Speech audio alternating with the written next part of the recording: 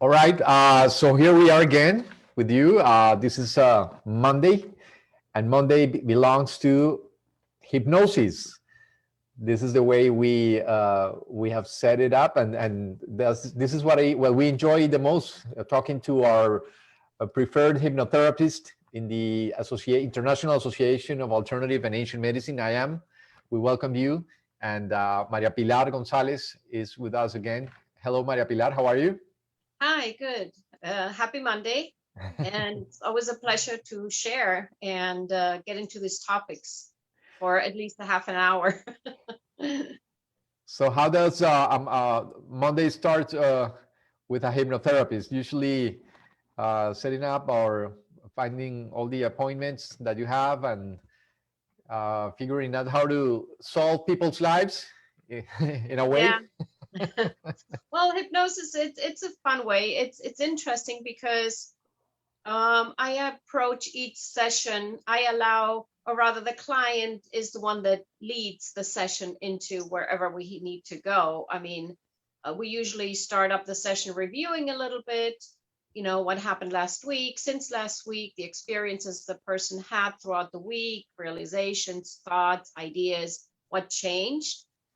And it can go from, well, I haven't noticed much this week, to like, wow, it's changed completely, even from the first day, that day, whatever, sleeping better, relationship wise, even, there's many changes. But yeah, and then we go into the session, just talking a bit more about what happened. And that kind of, I feel that opens the door a little more.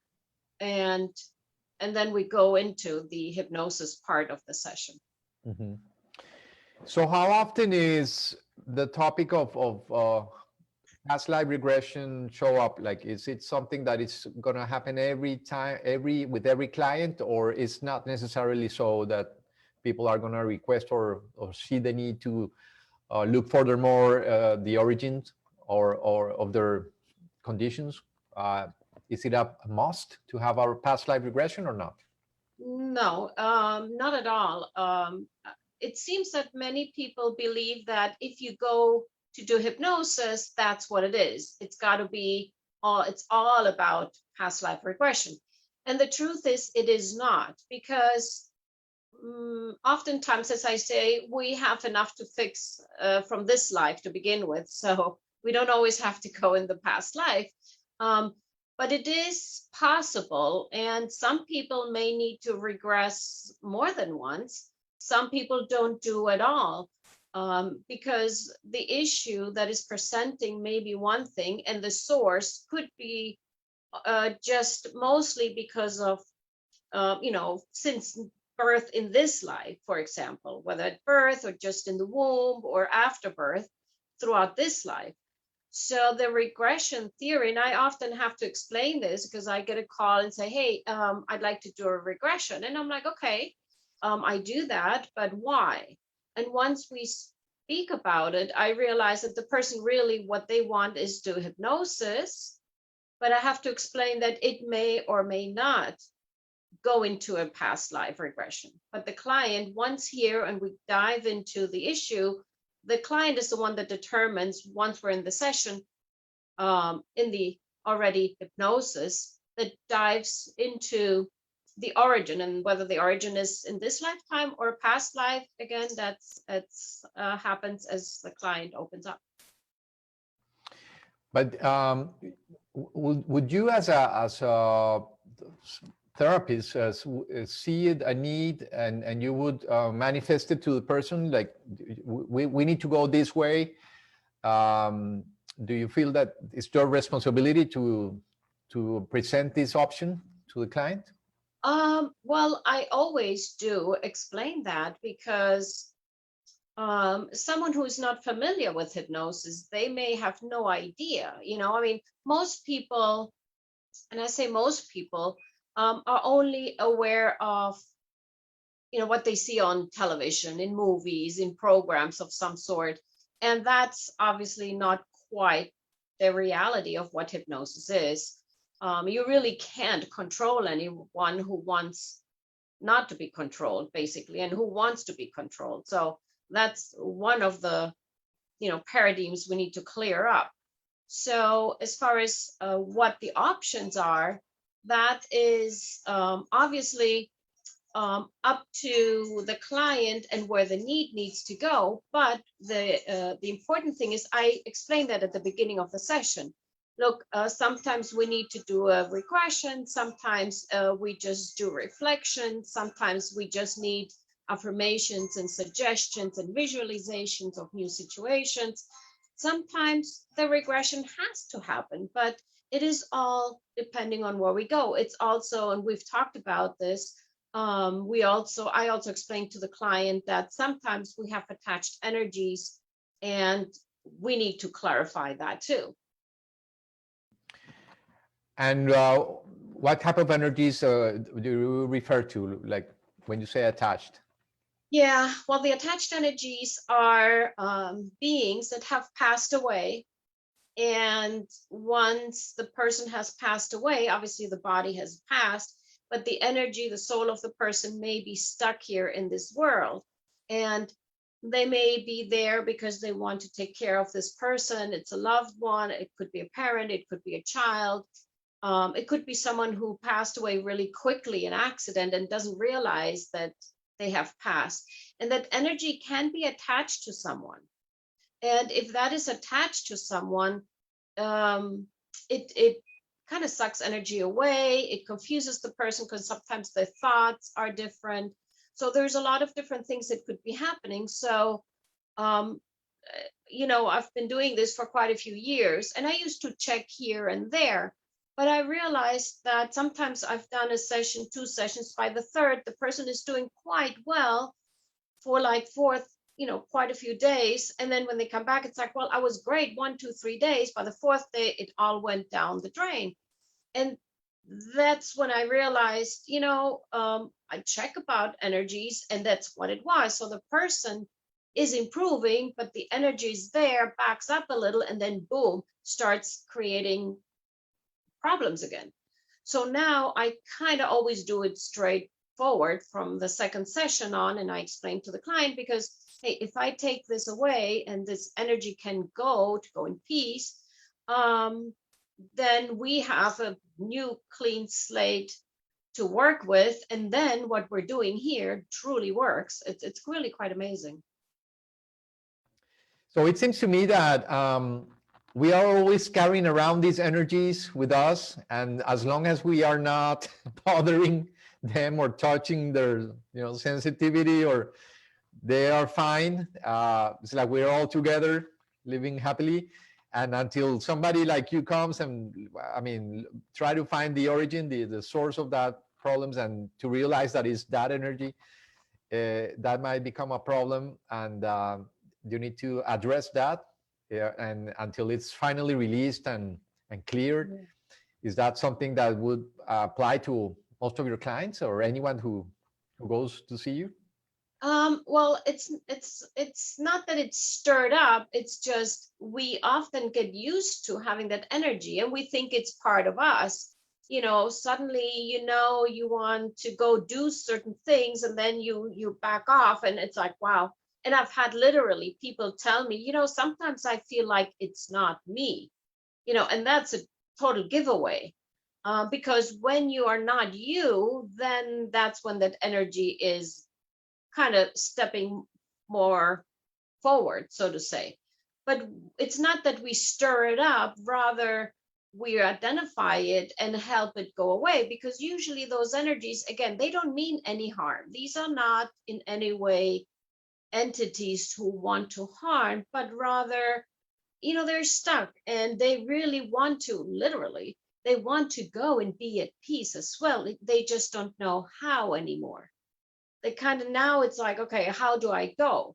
So we basically relax the client and kind of do 2 for 1, as I call it. We do, the session for the attached energy kind of a thing too. You get a BOGO. A BOGO, exactly.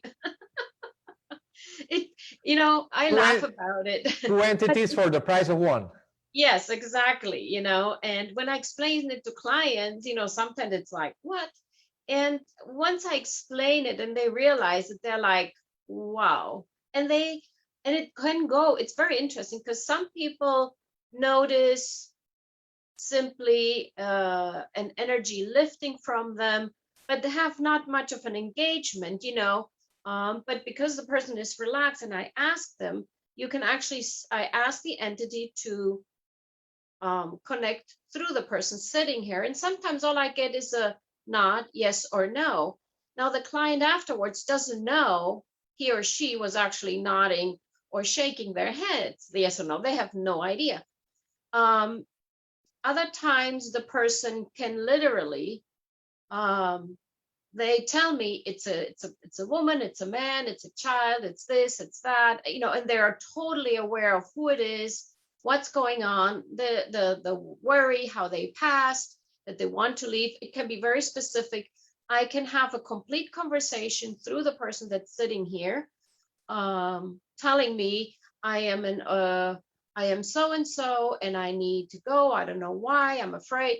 It can go from very subtle to really a complete connection with the attachment. Okay, so this is right now. It gets really creepy. So you mean to say that you are sort of an exorcist in a way? Well, I don't like to use that word because when you mention the word exorcist, you have that vision of that movie in your Linda head. Blair spinning her head. Exactly. Now, that's why it's called an attachment, not a possession. We're not talking about a dark energy. Dark meaning, some evil energy that is there to harm you. That's a whole different. I mean, it is the same thing, but it's a whole different avenue. So I kind of don't do that, so to say. If somebody calls me, I need an exorcist, I go, okay, I'm not an exorcist, go see a priest or something. I honestly don't. But these are not any, bad energies, bad attachments. I've come across a couple of them, not unknowns to the client, and it's really not it's you handle it because you have to, but I wouldn't do it without if I knew it. But it's not anybody that will harm you, hurt you. They're usually tired, especially if they have been hanging around. Some of these energies can be, and I've had them, where someone has traveled maybe to South America, has been somewhere, ancient places and whatever. And they come back and they have picked up a soldier. And this soldier had been hanging around for, 100 years. And came back from this trip with this younger person, has been around for a while. This was very interesting because this was a young woman who, no, it's... Okay. So it got more creepy now.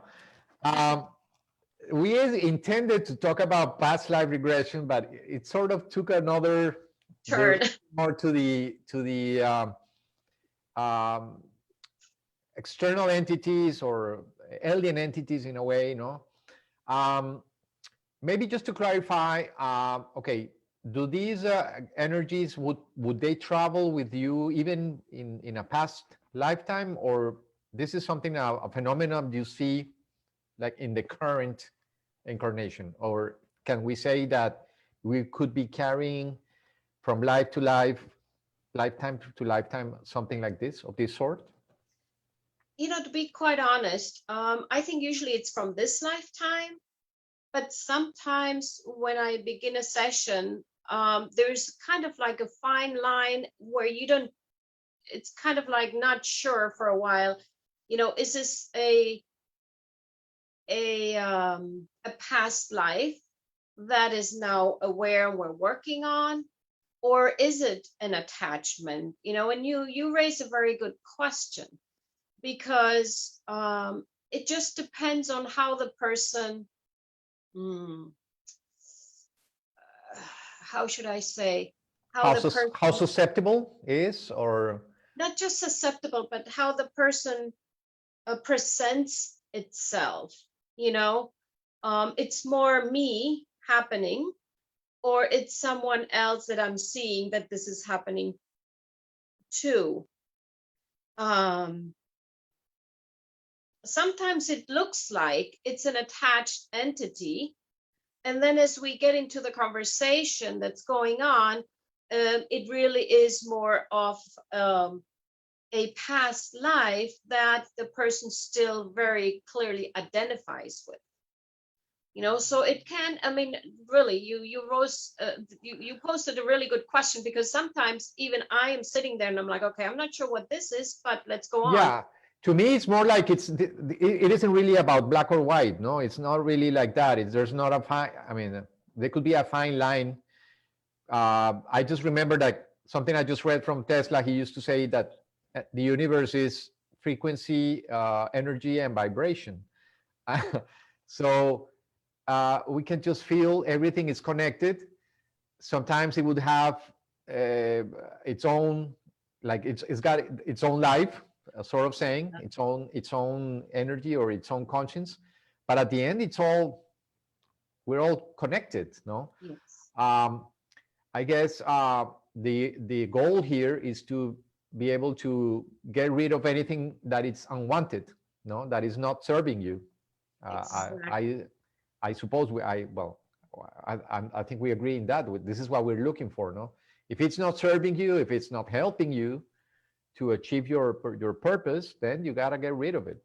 Even Yes. if it's your own memory, it's your own belief system, or it could be something else, no? Yes. So that's the whole. And we know, I mean, again, after a while, when you're in the session, you realize now, are you speaking about now, this is more channeling, if you will, and it's very clear. And then when we're doing the regression, it does turn a bit different, again, because the person is more involved now and you can tell the difference. But you said, I mean, we know very well that whatever we think, whatever we believe, we realize this. I mean, we create it in our life, right? I remember many years ago, I worked at a German bank, and many people came from Germany and were the officers and department heads and the directors. They would come to Miami, and they had contracts for 2, 3, 4 years. And they were, I mean, if they got to come to Miami from Germany, North Germany, I mean, it's like they won the lottery. They're now in this island, in this beautiful place, tropical. You can play all year round golf. You know what that is? So for them to get this contract, it was like, wow, Miami was heaven. You just won the lottery for 2 years, and yet if you live here, you may go like, what? Why would you want to come to Miami, right? So it is all what we think and make of it, you see? And isn't that the truth? As they say, the grass is always greener on the other side. We may think, oh yeah, I want to go live in Europe.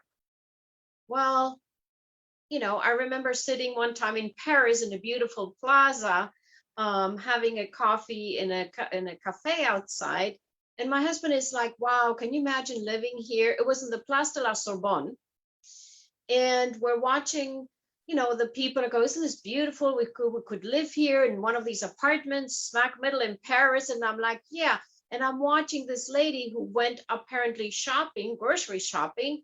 And she would come with a few bags, go upstairs, obviously, leave the bags, come back down, walk away down the sidewalk to a car, I would imagine, pick up more bags and go back upstairs. And I pointed that out to my husband. I go, but look, that lady's not sitting at the cafe. She's doing her groceries. Imagine if it's raining now, she has to do this. She can't even park in front of the building. It's... Yeah, it's totally different once you are, I mean, when you are on vacation and you are living you have the tourist point of view anywhere you go. It's basically...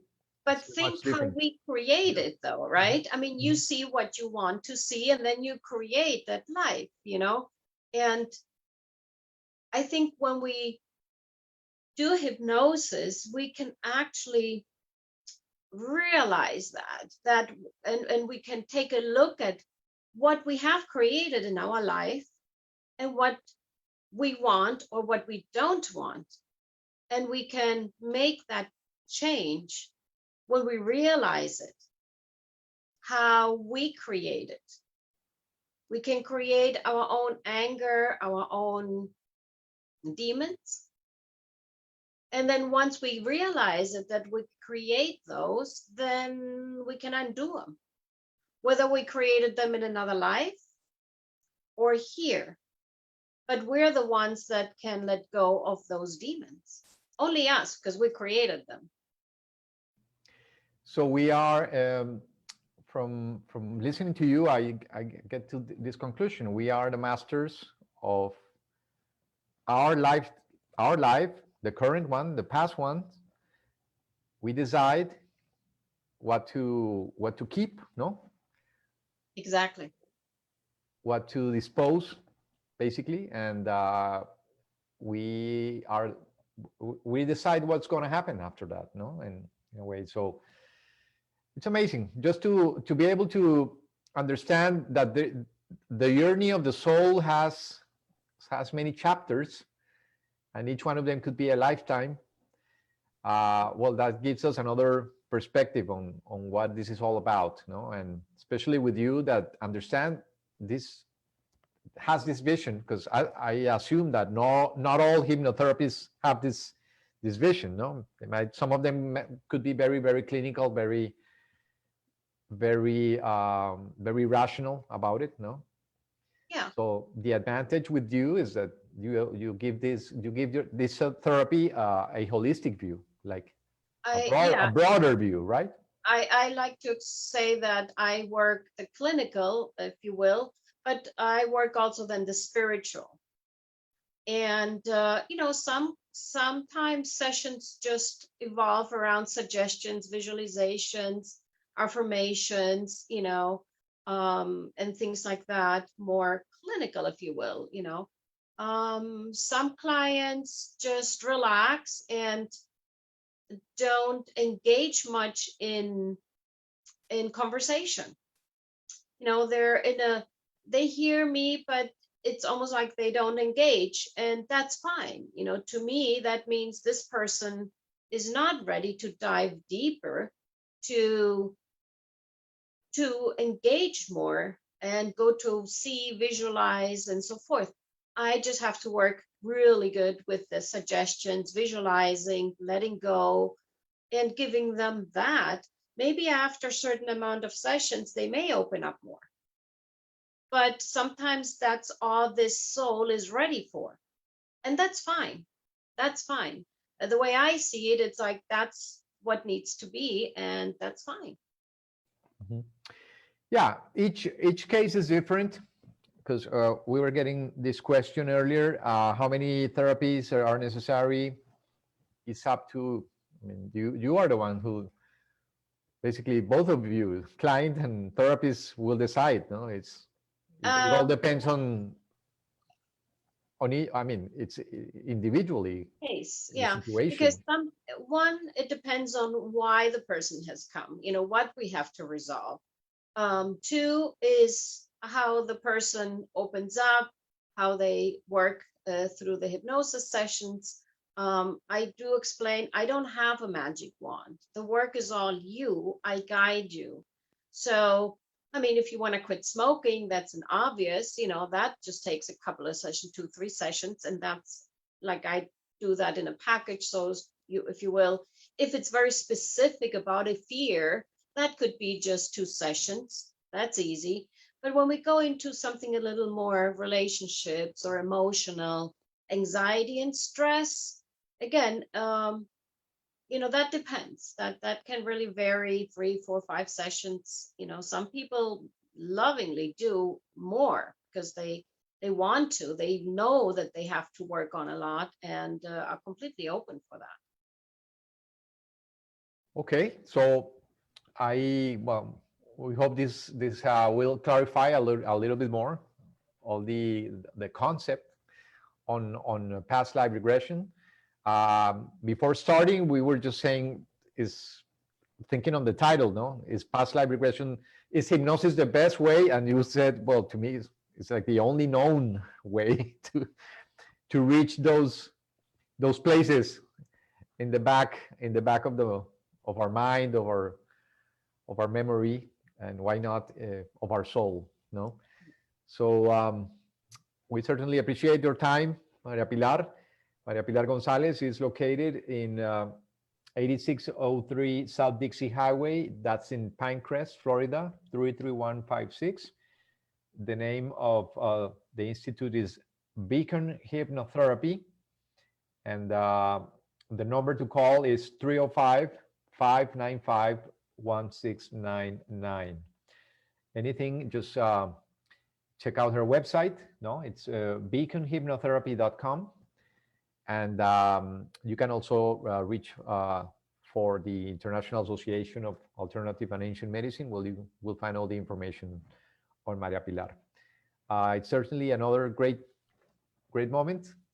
We hope that you definitely consider hypnotherapy for any of these conditions or challenges that you might have, like Maria-Pilar was saying, no, smoking. I think it's interesting, and as you watch the whole program today, you know, we start talking about one topic as we started off, and you know, and it takes us into different things, and that's really what I think hypnosis is all about. It is not a one way, you know, trip, if you will, or journey. You know, it can unfold into different things which will all get you where you need to go, and it could be a combination of things that we will work. And I think that came through today, and that was kind of, you know, we tend to do these conversations every week, and although we start with a topic, we often walk into a whole different side alley, but it's because that's how hypnosis works. So we leave it open and it goes where it needs to go. It's energy. You can't hold it. No. You can't limit it. It has to flow. So we appreciate it again, Maria-Pilar. And we definitely would love to hear your comments and write or call Maria-Pilar, because she's always open to any kind of inquiry that you might have on this topic. So thank you so much, and see you next Monday. Bye-bye. Okay. Thank you all. And this is IAAAM. My name is Kike Posada. See you later. Thank you so much.